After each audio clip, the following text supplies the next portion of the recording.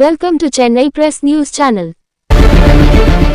In a historic achievement, Kaveri Hospital Chennai has successfully performed the world's first transcatheter mitral valve replacement (TMVR) with an extended external wrap and atrialized implant through femoral vein through groin access on an 83-year-old patient who had been considered inoperable by multiple cardiac surgeons.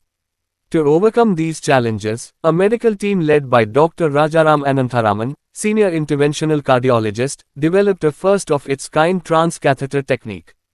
A replacement valve was modified with an external wrap to ensure secure fixation and prevent leaks.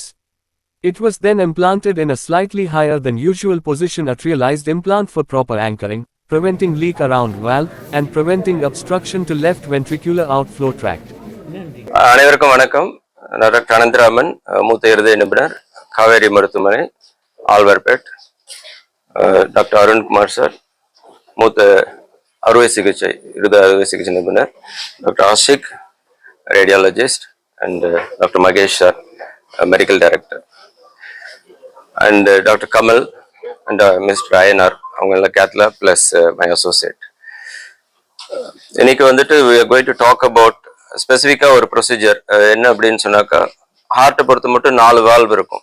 Mitral வால்வ்ன்றது மேலே left சைடில் left ஏடிஎம்லேருந்து left வென்ட்ரிலுக்கு blood கொண்டு போகிறது.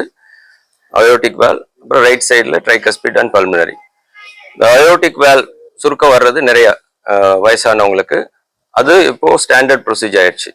Surgery இல்லாமல் transcatheter aortic valve replacement வந்து standard procedure. பண்ணிட்டா 48 ஹவர்ஸில் discharge பண்ணிக்கலாம். But mitral valve, native mitral valve என்னும்போது இந்த மைட்ரல் வால்வ் சுற்றி ஒரு ஃபைப்ரஸ் இது இருக்கும், நல்லா டஃப்பாக இருக்கிறதுக்கு. ஏன்னா ப்ரெஷர் டிஃபரன்ஸ் அதிகம் லெஃப்ட் வென்ட்ரிக்கிளுக்கும் லெஃப்ட் ஏட்ரிக்கும் நடுவில். பட் சில பேருக்கு அந்த ஃபைப்ரஸ் இது வந்து கால்சியம் ஆகிடும். கால்சியம் ஆகிட்டா அதுக்கு பேர் மைட்ரல் ஆனுலார் கால்சியம்னு சொல்கிறது.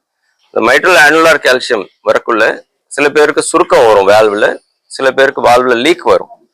இந்த பேஷண்ட்டுக்கு ரெண்டுமே இருந்தது. சுருக்கம் அதிகமாக இருந்தது, லீக்கும் இருந்தது. அப்படி இருக்கும்போது இந்த டிரான்ஸ்கேத்தீட்டர் வால்வ் அதில் கொண்டு போய் பொருத்துறது கொஞ்சம் கஷ்டம். ஏன்னா ஒன்று அங்கே ஆங்கரிங் அங்கேயே பொருந்தணும், ரெண்டாவது வால்வை சுற்றி லீக் வரக்கூடாது.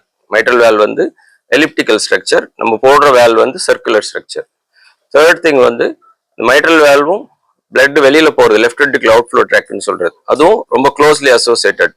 இந்த வால்வ் ரொம்ப டீப்பாக போச்சுன்னா அது அப்ஸ்ட்ரக்ட் பண்ணும், ரொம்ப மேலே வந்துச்சுன்னா அந்த வால் வழியாக லீக் வரும்.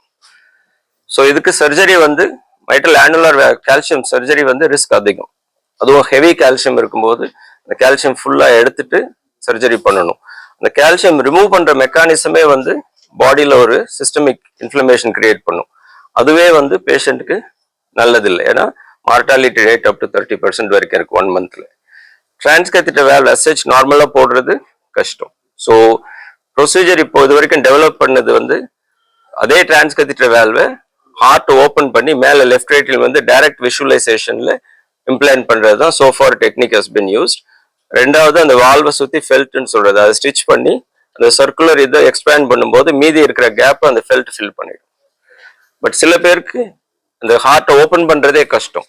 ஸோ இந்த பேஷண்ட் 83 வயசு, 2 தடவை ரேடியோ தெரப்பி பண்ணியிருக்கு. ஒன்று வந்து இதுக்கு முன்னாடி சிஏ பிரஸ்ட் கார்சினோமா இருந்து சர்ஜரி பண்ணி ரேடியோ தெரப்பி. ரெண்டாவது ஃபுட் பைப் சிஏ ஈசோஃபேகஸ்ன்னு சொல்றது, அதுக்கு ரேடியோ தெரப்பி கொடுத்துருக்கு. அது ஒரு தடவை ரேடியோ தெரப்பி கொடுக்கும்போது உள்ள இருக்கிற டிஷ்யூலாம் ஒட்டிக்கும். அப்போ சர்ஜரி பண்ண முடியாது, நார்மல் சர்ஜரியும் பண்ண முடியாது, மினிமல் இன்வேசிவ் சர்ஜரியும் பண்ண முடியாது. ஸோ இவங்களுக்கு அடிக்கடி ரெக்கரண்ட் ஹாஸ்பிட்டல் அட்மிஷன், மாசம் 2-3 தடவை அட்மிஷன் இருந்தது. இது போக மற்ற ப்ராப்ளம்ஸும் இருந்தது. ஸ்லீப் ஆப்னியான்னு சொல்லிட்டு அதுக்கு நைட்ல மெஷின் வைக்கிறது, பிளஸ் டிபி இருந்தது 6 months பேக். அப்போ ட்ரீட்மெண்ட் ஆப்ஷனே இல்லாமல் இருந்தாங்க, சர்ஜரியும் இல்லை, ஷி வாஸ் சஃபரிங். தூங்கவும் முடியாது, உட்காந்துட்டே தூங்குறது, கால் வீக்கம், மூச்சு வாங்குறது, இதே மாதிரி இருந்தது மாற்றி மாற்றி. ஸோ தீர்வு எப்படின்னு பார்த்தாக்கா, ஹார்ட் டீம்னு சொல்றது, கார்டியாலஜிஸ்ட், இமேஜிங் ஸ்பெஷலிஸ்ட், சர்ஜன் எல்லாம் டிஸ்கஸ் பண்ணி for the first time in the world என்ன பண்ணோம் அப்படின்னு சொன்னா, அந்த சேம் ப்ரொசீஜர் ஹார்ட் ஓப்பன் பண்ணி என்ன பண்றோமோ அது கால் வழியா ஒரு சின்ன கட் பண்ணி டைரக்டா அந்த வால் பொறுத்துனது. ரெண்டாவது வந்து அந்த வால்வை சுத்தி எக்ஸ்டர்னல் ரேப், அடிஷ்னலா ஒரு ரேப் கொடுத்து, ஸோ அது ஆங்கரிங்க்கு வால் உட்கார்றதுக்கு ஹெல்ப் பண்ணும், லீக்கையும் ப்ரிவென்ட் பண்ணும். ஸோ அது பண்ணதுக்கு அப்புறம் அது கொண்டு போயிட்டு அந்த பலூன் வச்சு வால் ஓப்பன் பண்ணிட்டு, டெக்னாலஜி வந்து 3D echo, and CT scan அதை யூஸ் பண்ணி அது ரெண்டுமே கேத் லேப்ல வந்து பார்த்து வால்வ் சரியா பொருந்தினதுக்கு அப்புறம் அதை எடுத்தது. தேர்ட் மேஜர் ப்ராப்ளம், இந்த வால்வ் பொருத்தும் போது மூவ்மெண்ட் ஒரு சைடு இல்லை ஒரு சைடு இருக்கக்கூடாது, ஸ்ட்ரைட்டா இருக்கணும். அதுக்கு அயோட்டிக் வேல்வ்ல ஒரு பலூன் வச்சு இன்ஃப்ளேட் பண்ணி கிஸ்ஸிங் பலூன் சொல்றது, இங்க ஒரு பலூன் இங்க ஒரு பலூன், அப்போ orientation will be direct. So this is the first time in the world it's been done. கால் வழியா trans catheter, transeptal, mitral valve in MAC, mitral annular calcium, with so much planning and 3D modeling. Patient is doing well. For 3 weeks ஆயிடுச்சு. She is at home. இந்த breathlessness எதுவும் இல்லை, நார்மலா இருக்காங்க, நார்மலா சாப்பிட முடியுது. மொபிலைசேஷன் கொஞ்சம் கொஞ்சமா பண்றாங்க, ஏன்னா அந்த டிபி ஸ்பைன் இருந்ததுனால ரொம்ப நாள் பெட்ல இருந்தாங்க. இப்போ கொஞ்சம் எந்திரிச்சு நிக்கிறது நடக்கிறது ஆரம்பிச்சிருக்காங்க. பட் breathlessness கம்ப்ளீட்டா இல்லை. So this is the procedure.